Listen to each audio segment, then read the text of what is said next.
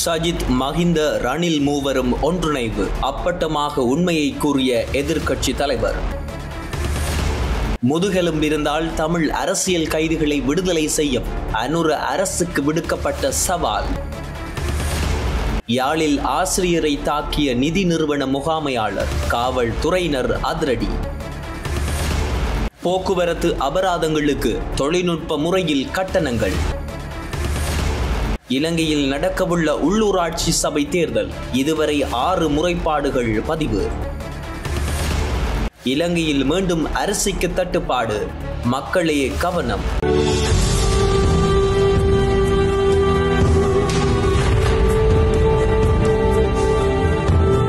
சஜித் மஹிந்த ரணில் இணைய உள்ளார்கள் என்று பல்வேறு பத்திரிகைகளில் செய்திகள் வெளியிடப்பட்டுள்ளது. அது மட்டுமல்லாது அவ்வாறு செய்தி வெளியிட்டு தொலைக்காட்சி அலைவரிசைகளில் காலையில் பத்திரிகை முக்கிய செய்தி வாசிப்பு நிகழ்வுகளில் தலைப்புச் செய்திகளாக முன்னிலைப்படுத்துகின்றார்கள். இது அப்பட்டமான ஒரு பொய்யாகும். இவ்வாறு எதிர்க்கட்சி தலைவர் சஜித் பிரேமதாச தெரிவித்துள்ளார். ஐக்கிய மக்கள் சக்திக்கு யாருடனும் சேர வேண்டிய தேவையில்லை. இவ்வருடம் நடைபெறவுள்ள உள்ளூராட்சி சபை தேர்தலில் ஐக்கிய மக்கள் சக்தி பெரும் வெற்றி அடைவதை தடுக்க வங்குரோத்து அரசியல் கட்சிகள் ஒன்றிணைந்து பொய்யான செய்திகளை பரப்பி வருகின்றது என அவர் சுட்டிக்காட்டியுள்ளார். கடந்த அரசாங்கம் செய்ததை மீண்டும் செய்வது முறைமை மாற்றமல்ல. மக்களை ஏமாற்ற ஐக்கிய மக்கள் சக்தி அச்சப்படுகின்றது. பொய்யை நம்ப வைப்பதற்கும் மக்களை அரசியல் ரீதியாக ஏமாற்றுவதற்கும் நாம் பயப்படுகின்றோம். ஐக்கிய மக்கள் சக்தியானது முடிவுகளை எடுக்கும் விடயத்தில் சரியான முடிவுகளையே எடுத்து வருகின்றது என்று அரசானது பல்வேறு தலைப்புச் செய்திகளை தூக்கி பிடித்துக் கொண்டு ஐக்கிய மக்கள் சக்தி பல்வேறு கட்சிகளுடன்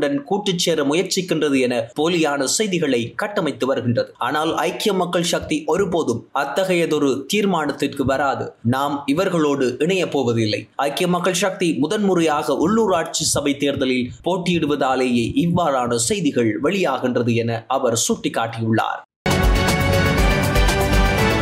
இந்த அரசாங்கத்திற்கு முதுகெலும்பு இருந்தால் அரசியல் கைதிகளின் விடுதலையின் பின்னர் அவர்கள் இந்த தேர்தலை எதிர்கொள்ள வேண்டும் என சமூக செயற்பாட்டாளர்கள் தெரிவித்துள்ளார்கள். சுமார் 30 ஆண்டுகளுக்கு மேலாக அரசியல் கைதிகள் சிறையில் உள்ளார்கள்.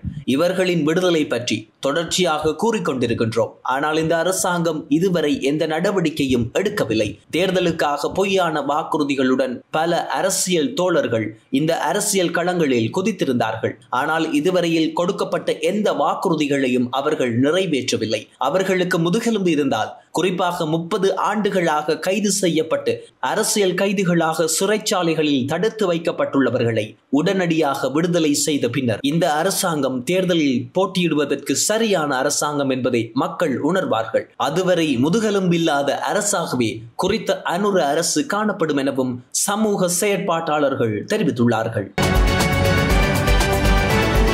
யாழ்ப்பாணத்தில் தனியார் நிதி நிறுவனத்தின் முகாமையாளராக கடமையாற்றும் ஒருவர் அயல் வீட்டில் உள்ள ஆசிரியரை மண்வெட்டியால் தாக்கியுள்ளார். பாதிக்கப்பட்ட நபர் யாழ்ப்பாணம் போதனா வைத்தியசாலையில் சிகிச்சைக்காக அனுமதிக்கப்பட்டுள்ளதாக தெரிவிக்கப்படுகின்றது. யாழ்ப்பாணம் அச்சுவேலி பகுதியில் கடந்த 22ஆம் தேதி இந்த சம்பவம் இடம்பெற்றுள்ளதாக கூறப்படுகின்றது. இந்த நிலையில் பாதிக்கப்பட்ட குறித்த நபர் அச்சுவேலி காவல் நிலையத்தில் முறைப்பாட்டை பதிவு செய்ததை அடுத்து அவர் கைது செய்யப்பட்டுள்ளார். குறித்த முறைப்பாட்டுக்கு அமைவாக தாக்குதலை மேற்கொண்ட முகாமையாளருக்கு துணை போனதாக கூறப்படும் அவரின் தாயார் மற்றும் 2 சகோதரிகள் இன்றைய தினம் அச்சுவேலி காவல்துறையினரால் கைது செய்யப்பட்டுள்ளார்கள். கைது செய்யப்பட்ட மூவரும் நீதிமன்றத்திற்கு கொண்டு செல்லப்பட்டுள்ள நிலையில் தாக்குதலை மேற்கொண்ட நிதி நிறுவன முகாமையாளர் நீதிமன்றத்தில் முன்னிலையாகவில்லை என தெரிவிக்கப்படுகின்றமை குறிப்பிடத்தக்கது. இலங்கை சாரதிகளுக்கான போக்குவரத்து அபராதங்களை ஜிஓவி பேயில் செலுத்துவதற்கு நடவடிக்கை எடுக்கப்பட்டு வருவதாக தகவல் தொடர்பாடல் தொழில்நுட்ப பிரிவு தெரிவித்துள்ளது. வாகன சாரதிகளுக்கு நிவாரணம் அளிக்கும் வகையில் பொதுமக்கள் விரைவில் ஜிஓவி பே மூலம் போக்குவரத்து அபராதங்களை செலுத்த முடியும் என்று தகவல் தொழில்நுட்ப பிரிவு தெரிவித்துள்ளது. இது தொடர்பான அடிப்படை பணிகள் ICTA-இனால் பூர்த்தி செய்யப்பட்டுள்ளதாகவும் விரைவில் ஒரு ஒப்பந்தம் கையெழுத்திடப்பட உள்ளதாகவும் தெரிவிக்கப்பட்டுள்ளது. ஜிஓவி பே எனப்படுவது வரிகள், அபராதங்கள், பயன்பாட்டு கட்டணங்கள் மற்றும் கல்வி கட்டணங்கள் போன்ற அரசு தொடர்பான சேவைகளுக்காக புதிதாக அறிமுகப்படுத்தப்பட்ட ஆன்லைன் கட்டண தளமாகும் எனவும் சுட்டிக்காட்டப்பட்டுள்ளது. வருகின்ற நாட்களில் போக்குவரத்திலும் குறித்த EOV பே முறைமை அறிமுகப்படுத்தப்பட உள்ளதாகவும் விரைவில் மக்கள் அபராதங்களை இலகுவாக செலுத்திக் கொள்ள முடியும் எனவும் சுட்டிக்காட்டப்பட்டுள்ளது. எதிர்வரும் உள்ளூராட்சி சபை தேர்தலுக்கு முன்னதாக நேற்றைய தினம் வரை நாட்டின் 4 பகுதிகளில் இருந்து தேர்தல்கள் தொடர்பான 6 முறைப்பாடுகள் கிடைக்கப்பெற்றுள்ளதாக போலீசார் கூறியிருக்கின்றார்கள். தேர்தல் சட்டமீறல்கள் தொடர்பாக போலீசாருக்கு இதுவரையில் 6 முறைப்பாடுகள் கிடைக்கப்பெற்றுள்ளது. இதே நேரத்தில் இந்த காலகட்டத்தில் தேர்தல் வன்முறை தொடர்பான எந்த முறைப்பாடுகளும் பதிவாகவில்லை. மாத்தளையில் 3 சம்பவங்கள் பதிவாகி இருக்கின்றது. இவற்றில் வேட்பாளர்களின் படங்கள் கொண்ட சுவரொட்டிகள், பதாதைகள் மற்றும் அரசியல் கட்சிகளின் கொடிகள் காட்சியளிக்கப்பட்டுள்ளது. கேபிட்டிகொலாப பகுதியில் உலர் உணவு விநியோகம் தொடர்பாக ஒரு முறைப்பாடு பதிவாகியுள்ளது. புதிய தெருவிளக்குகள் பொருத்தப்பட்டுள்ளதாகவும் மொனராகலையில் வேட்பாளரின் படம் பொறிக்கப்பட்ட பதாதைகள் இருப்பதாகவும் போலீசாருக்கு முறைப்பாடுகள் கிடைக்கப்பெற்றுள்ளது.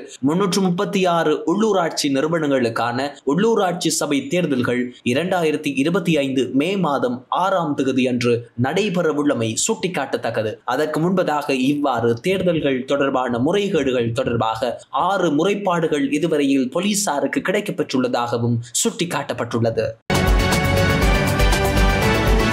நாட்டில் பண்டிகை காலத்தில் சந்தையில் கீரி சம்பா மற்றும் சம்பா அரிசிக்கு மேலும் தட்டுப்பாடு ஏற்படக்கூடும் என்று அரிசி மொத்த வியாபாரிகள் கூறியிருக்கின்றார்கள்.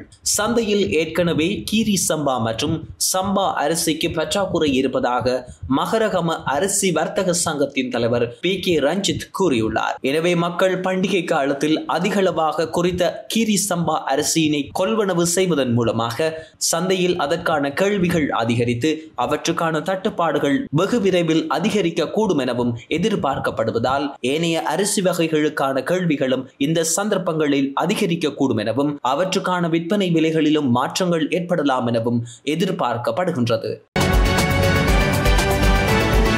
சஜித், மஹிந்த, ரணில் மூவரும் ஒன்றிணைவு அப்பட்டமாக உண்மையை கூறிய எதிர்க்கட்சி தலைவர். முதுகெலும் இருந்தால் தமிழ் அரசியல் கைதிகளை விடுதலை செய்யும் அனுர அரசுக்கு விடுக்கப்பட்ட சவால். யாழில் ஆசிரியரை தாக்கிய நிதி நிறுவன முகாமையாளர், காவல்துறையினர் அதிரடி. போக்குவரத்து அபராதங்களுக்கு தொழில்நுட்ப முறையில் கட்டணங்கள். இலங்கையில் நடக்கவுள்ள உள்ளூராட்சி சபை தேர்தல் இதுவரை 6 முறைப்பாடுகள் பதிவு. இலங்கையில் மீண்டும் அரிசிக்கு தட்டுப்பாடு, மக்களே கவனம்.